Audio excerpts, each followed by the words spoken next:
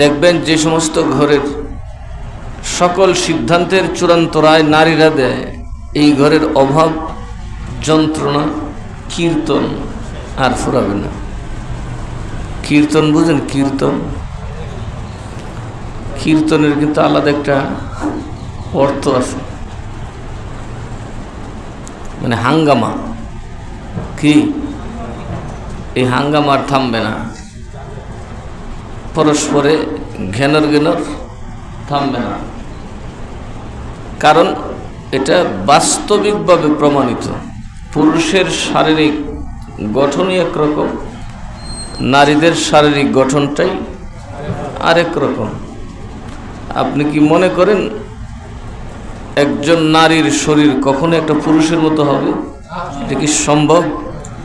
তো আকলের দিক থেকে একরকম হবে কেমনে? যে কারণে কিয়ামত পর্যন্ত আইন হলো কোনো নারী ইমামতি করতে পারবে না।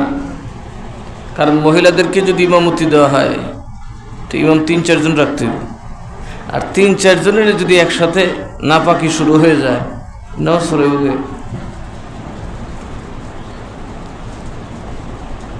এরা অতি নরম।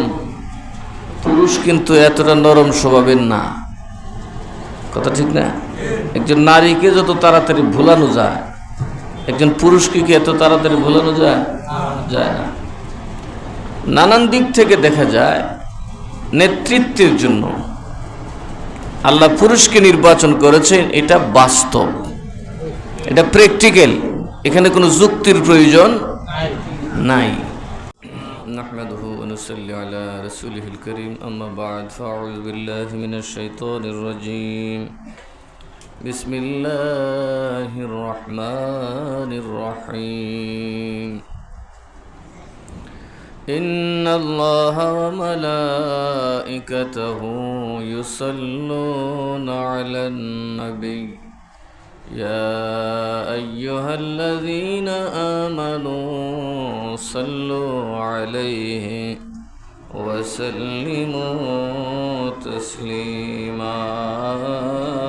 আল্লাহুম্মা সাল্লি আলা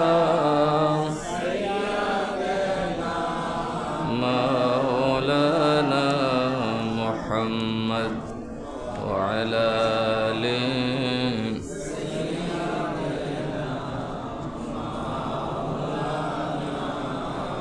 মুহাম্মদ। আল্লাহুম্মা সাল্লি আলা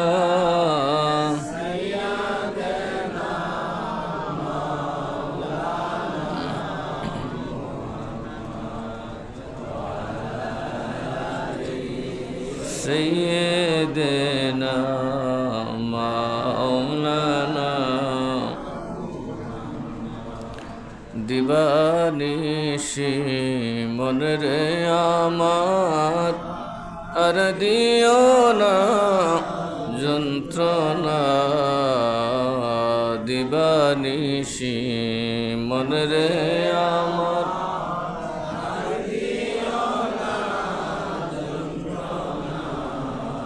ধনে যদি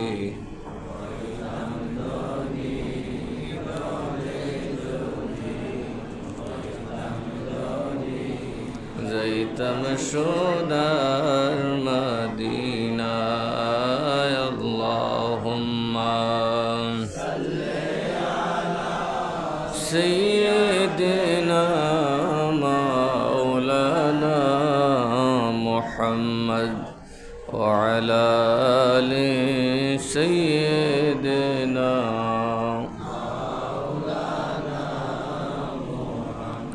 সালাতুন ইয়া রাসূলুল্লাহ, সালামুন ইয়া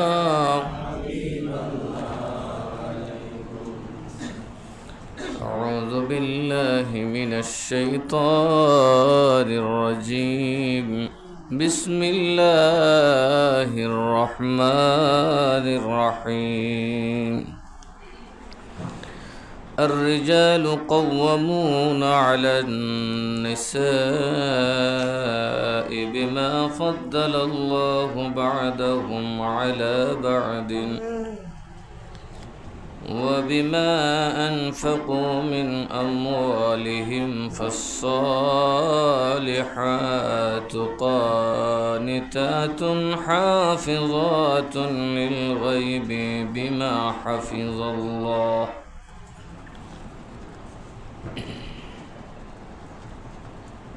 والتي تخافون نشوزهن فعظوهن واهجروهن في المضاجع واضربوهن فإن أطعنكم فلا تبغوا عليهن سبيلا إن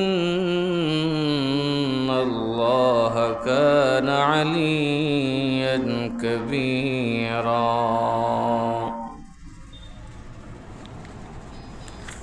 সম্মানিত মুসল্লিয়ান, আসুন আমরা সকলে শুকরিয়া আদায় একবার করি। আলহামদুলিল্লাহ, আমাদেরকে আল্লাহ তাআলা দয়া করে মায়া করে আল্লাহর পবিত্র জুমা সালাতুল জুমাতে হাজির হওয়ার তৌফিক দিয়েছেন। সকলে বলি আলহামদুলিল্লাহ। আল্লাহ যেন আমাদের নামাজ তাসবিহ তাহলিলকে ভুলভ্রান্তি মুক্ত করে কবুল মঞ্জুর করেন। সকলে বলি আল্লাহুম্মা আমিন।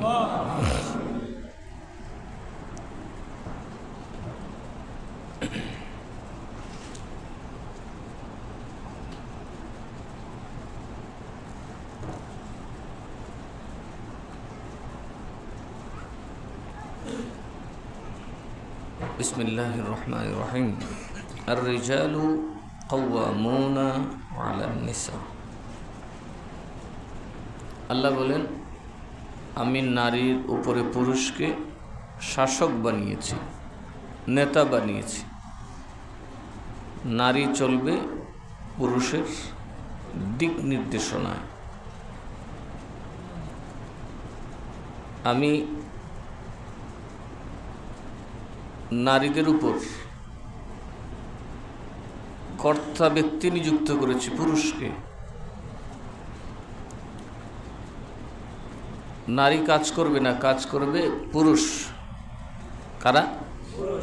যারা পুরুষ তারা। আর ছোটখাটো কাজ পুরুষের পরামর্শে করবেন তারা। কিন্তু নেতৃত্বটা কার? পুরুষের না মহিলার? এখন আমাদের সংসারে নেতৃত্ব কার? তো আল্লাহ বলে কি, আল্লাহর বান্দায় করে কি? এখন সেফতের বাড়িতে খাবারেরও অভাব নাই, কিন্তু আপনি প্লেট উল্টা ধরছেন, দোষ কার? আল্লাহর রহমত ঠিকই আছে, আল্লাহর কোরআনও সেই আগের জায়গাতেই আছে। 1500 বছর আগে যে কোরআন ছিল সে কোরআনই কিন্তু আছে। যে হাদিস আর সুন্নাহর রিওয়ায়াত ছিল তা কিন্তু আছে। আফসোস হলো সাহাবায়ে কেরাম নিজেদেরকে যেভাবে কোরআনের দৌলত গ্রহণ করার জন্য প্রস্তুত করেছেন, আমরা মোটেও সেভাবে প্রস্তুতও না, প্রস্তুত হইতে রাজিও না। কোথায় ঘর চলবে? স্বামীর কথায়। স্বামী চলে।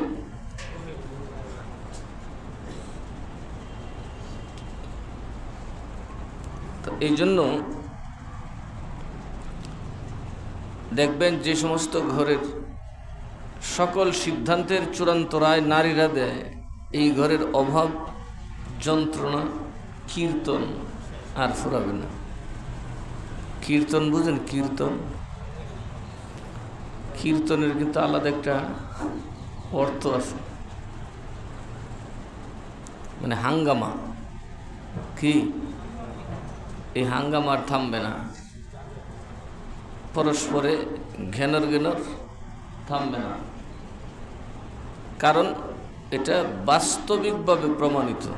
পুরুষের শারীরিক গঠনই একরকম, নারীদের শারীরিক গঠনটাই আরেক রকম। আপনি কি মনে করেন একজন নারীর শরীর কখনো একটা পুরুষের মতো হবে? এটা কি সম্ভব? তো আকলের দিক দিকে একরকম হবে কেমনে?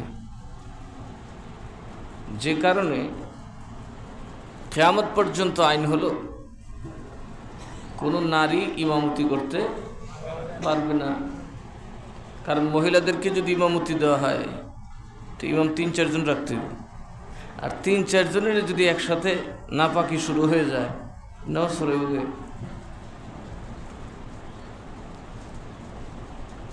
এরা অতি নরম, পুরুষ কিন্তু এতটা নরম স্বভাবের না। কথা ঠিক না? একজন নারীকে যত তাড়াতাড়ি ভুলানো যায়, একজন পুরুষকে কি এত তাড়াতাড়ি ভুলানো যায়? যায় না।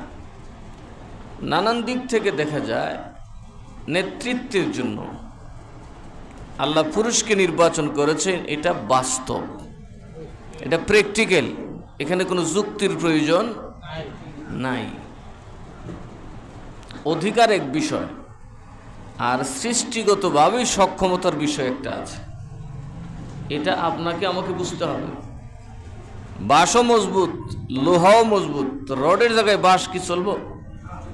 যখন রডের জায়গায় বাঁশ দিয়া কাজ করবেন, যে দশা পুরুষের জায়গায়, স্বামীর জায়গায় যদি স্ত্রী মাতবরি করে সংসার চালায়, এই সংসারের হবে সেই দশা।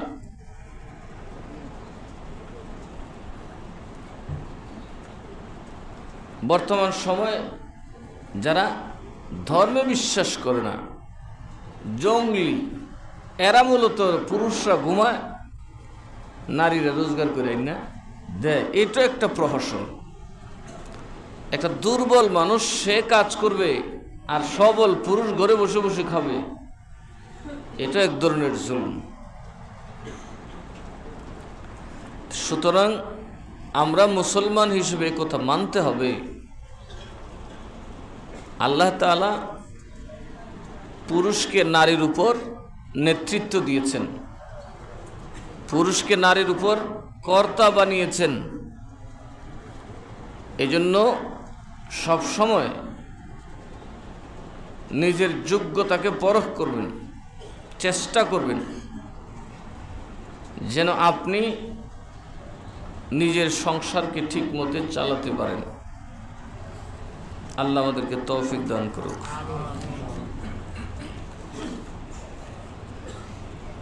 এখন আল্লাহ তার কারণ বলতেছেন, বিমা ফাদ্দালাল্লাহু বা'দাহুম আলা বা'দিন। এটা এজন্য যে আমি একজনকে আরেকজনের উপর শ্রেষ্ঠত্ব দিয়েছি। ওয়া বিমা আনফাকু মিন আমওয়ালিহিম। এবং এটা একটা কারণ, সকল স্বামী তার স্ত্রীর ভরণ পোষণ যাবতীয় ব্যয় তার নিরাপত্তার ব্যবস্থা করেন। কথা ঠিক না? স্বামীরাই মূলত স্ত্রীর নিরাপত্তা, স্ত্রীর ভরণ পোষণ, স্ত্রীর যাবতীয় দায়িত্ব নেন। আচ্ছা বলুন তো, যদি একজন নারীর পাশে কোনো একান্ত পুরুষ স্বামী, বাবা, ভাই না থাকে, সে যত শক্তিশালী হোক, সে কি আসলে নিরাপদ? কোনোভাবে কি সে নিজেকে নিরাপদ করতে পারবে? পারবে না। কারণ নারীর দৈহিক গঠন এটাই আল্লাহ তাআলার একটা কুদরত। নানান কারণে নারী কখনোই পুরুষের সাহায্য ব্যতীত নিরাপদ হতে পারে না।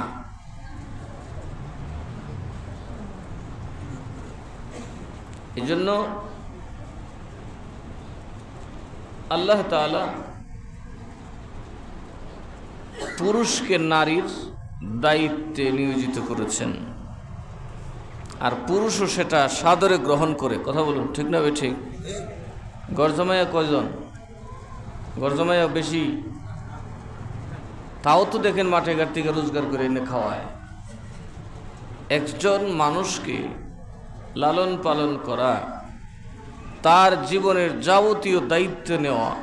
এটা কি চারটিখানি কথা? কি বলেন? একজন মানুষের জন্য আপনি তার লাইফের সিকিউরিটিও দিবেন, তার মর্যাদাও দেবেন, স্ত্রী হিসেবে তাকে গ্রহণ করবেন, আবার আপনার সম্পত্তিতে তার অংশ সাব্যস্ত করবেন। তো এই জন্য আল্লাহ বলেছেন যে তোমরা পুরুষকে মেনে চলো। এই জন্য মহিলাদেরকেও সতর্ক থাকা উচিত। জেদ ধরলে, পুরুষকে ওভারকাম করতে চাইলে বেইজ্জতি নিশ্চিত। কথা ঠিক না? আল্লাহ যে যাকে যেমনে সৃষ্টি করছেন, এটা কি বদলানোর ক্ষমতা কারোর আছে? কি বলেন, আছে? فالصالحات قانتات حافظات للغيب بما حفظ الله। এবং যে সমস্ত পুণ্যবতী স্ত্রীগণ যারা আদব সম্পন্ন বা আদব বেআদব না, যারা পুণ্যবতী, আমলও ভালো, আবার তাদের আচার ব্যবহারও ভালো, তারা স্বামীদের পেছনে স্বামীর মাল ওইভাবে হেফাজত করে যেভাবে আল্লাহ তাআলা হেফাজত করার হুকুম দিয়েছেন।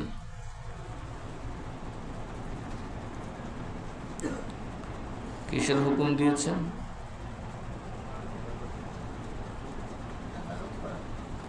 মূলত ওই স্ত্রীরাই হলো স্বামীর আদব সম্পন্ন স্ত্রী এবং পুণ্যবতী স্ত্রী হয় যারা স্বামীর অবর্তমানে আল্লাহ তাআলা স্বামীর যে হক বা স্বামীর যে দায়িত্ব পালন করার কথা নারীদেরকে, স্ত্রীকে বলছেন, সেটা যথাযথভাবে পালন করে।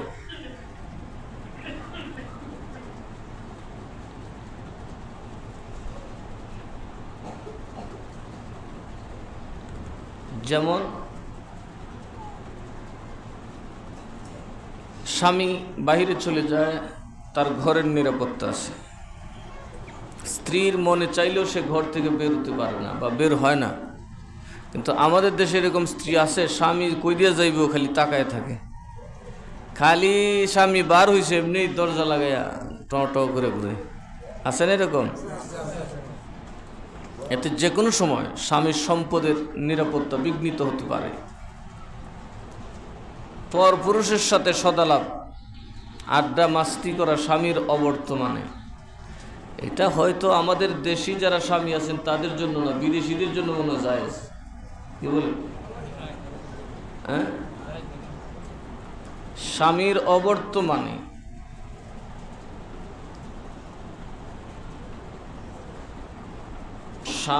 অবর্তমানে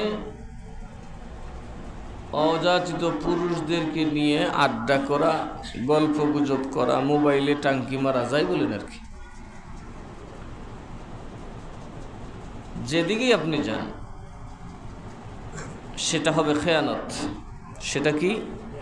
খেয়ানত।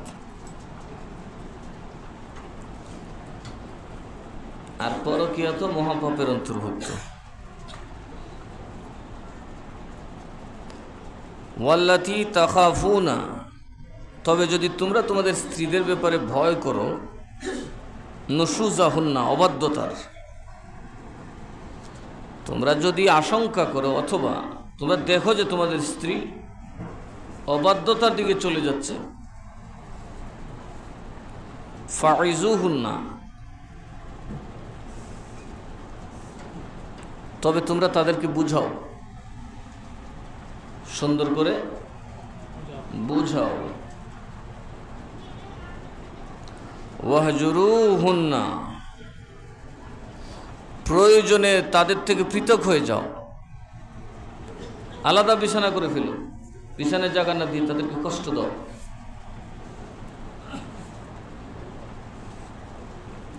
ফিল মাদাজি'i, রাতে ঘুমানোর সময় তাকে আলাদা করে দাও। নিজ থেকে পৃথক করো। ওয়াদরিবুহুন্না, প্রয়োজনে তাদেরকে প্রহার করো। কি করো? মারো।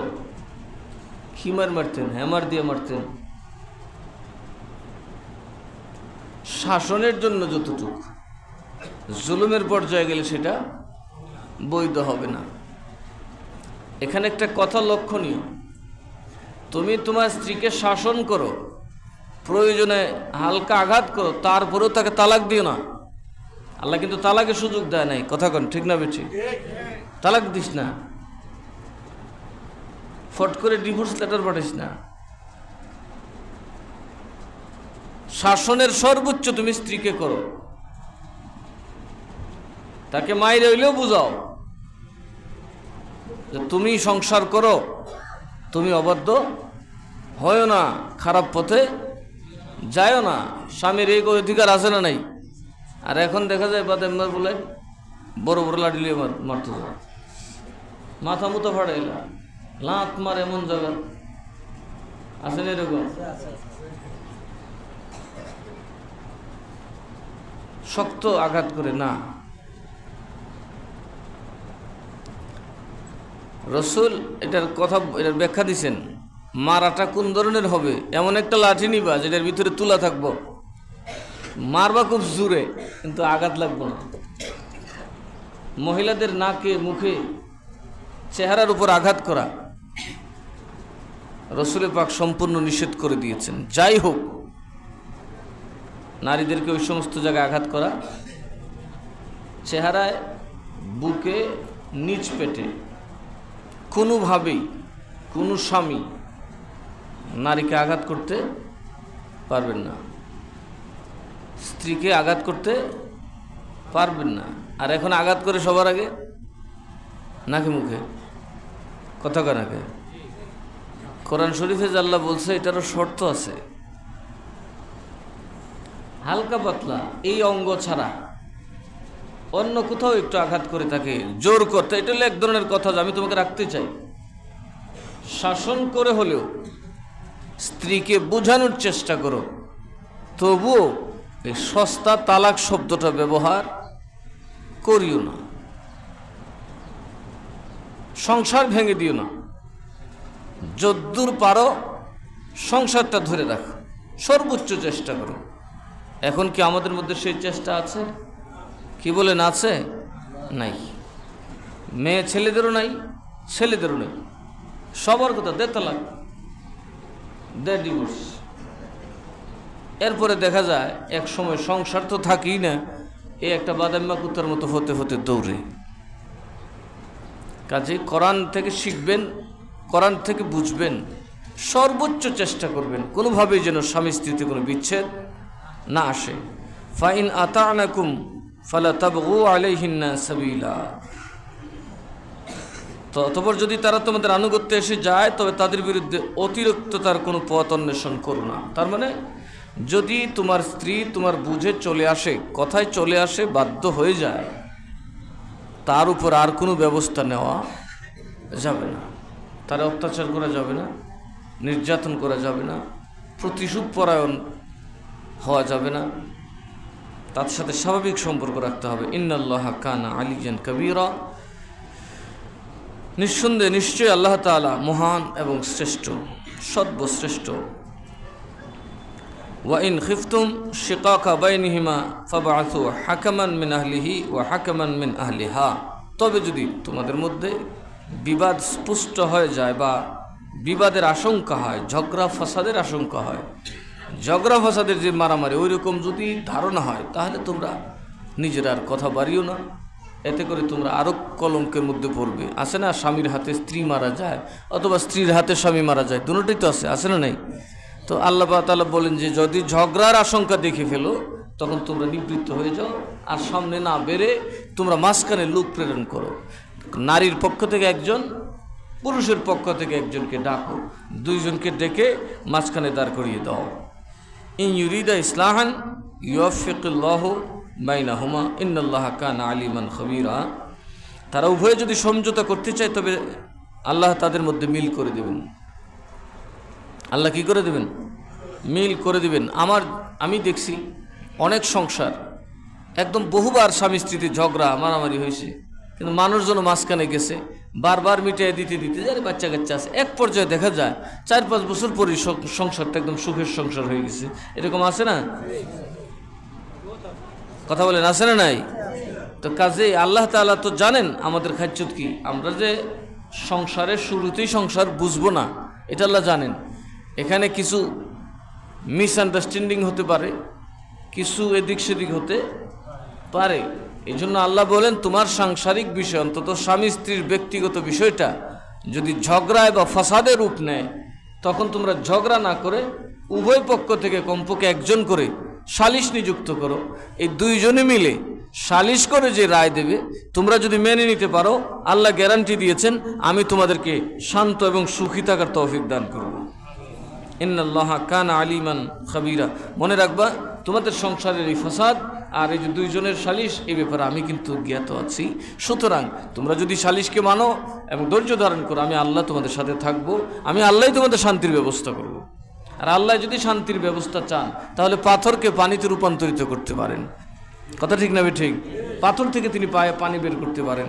সুতরাং এখানে আরেকটা কথা, যে আমরা যেন সবসময় আল্লাহর দিকেই ধাবিত হই, আমরা যেন আল্লাহর দেওয়া নির্দেশ সবর ইখতিয়ার করি। ওয়াবুদুল্লাহা ওয়ালা তুশরিকু বিহি শাইআন। আর তোমরা একমাত্র আল্লাহর ইবাদত করবে, তার সাথে কাউকে শরীক করবে না। ওয়াবিল ওয়ালিদাইনি ইহসানান। মা বাবার জন্য সেবার হাত বাড়িয়ে দাও, দয়ার হাত বাড়িয়ে দাও। ওয়াবিযিল কুরবা। নিজের নিকটাত্মীয়, ওয়াল ইয়াতামা, ইয়তীম, ওয়াল মাসাকিন এবং মিসকিন, ওয়া জারিযিল কুরবা, নিকটাত্মীয় ও প্রতিবেশীগণ, ওয়াল জারিল জুনুব ওয়া সাহিব বিল জুনুব, দূর প্রতিবেশী, কাছের সঙ্গী, ওয়াবনে সাবিল, পথচারী, ওয়ামা মালাকাত আইমানুকুম, স্বীয় দাস দাসী। ইন্নাল্লাহা লা ইউহিব্বু মান কানা মুখতালান ফখুরা। আর আল্লাহ তাআলার কোনো দাম্ভিককে, আত্মগৌরবকারীকে আল্লাহ পছন্দ করেন না। কথাটা স্পষ্টত মনে রাখবেন। আল্লাহ চাইতে ইনশাআল্লাহ আগামী জুমায় আমি আয়াতের তাফসীর করব। আমরা এই ব্যাপারে অত্যন্ত সচেতন হওয়া দরকার। আমাদের মধ্যে এই ব্যাপারে যথেষ্ট গাফলত আছে। ইনশাআল্লাহ আজকে আমি আসলে খুবই ক্লান্ত, এই জন্য সময় দিতে পারছি না। এই সারা রাতি গেছে আজকে আমার এই জার্নি করতে করতে। আগামী 3রা ডিসেম্বর রোজ রবিবার কুলিগুন্ডা উত্তরপাড়া বাগদারি কাফেলা বাংলাদেশ কুলিগুন্ডা শাখার উদ্যোগে পবিত্র ফাতেহ ইয়াজদাহ উপলক্ষে সুন্নি মহাসম্মেলন। উক্ত সম্মেলনে আপনাদের সকলকে দাওয়াত করা হয়েছে। বাগদাদি কাফেলা মানে তো আমি আছি, আলী আহমদ সাহেব আছেন, মনসুর আহমদ আছেন, সভাপতি হল পীর তরিকত আল্লামা মুফতি আলাউদ্দিন আহমদ আল কাদরি সাহেব। যারা আশেপাশে আছেন সকলকে দাওয়াত করা হলো আগামী রবিবারে। না ইয়া নবী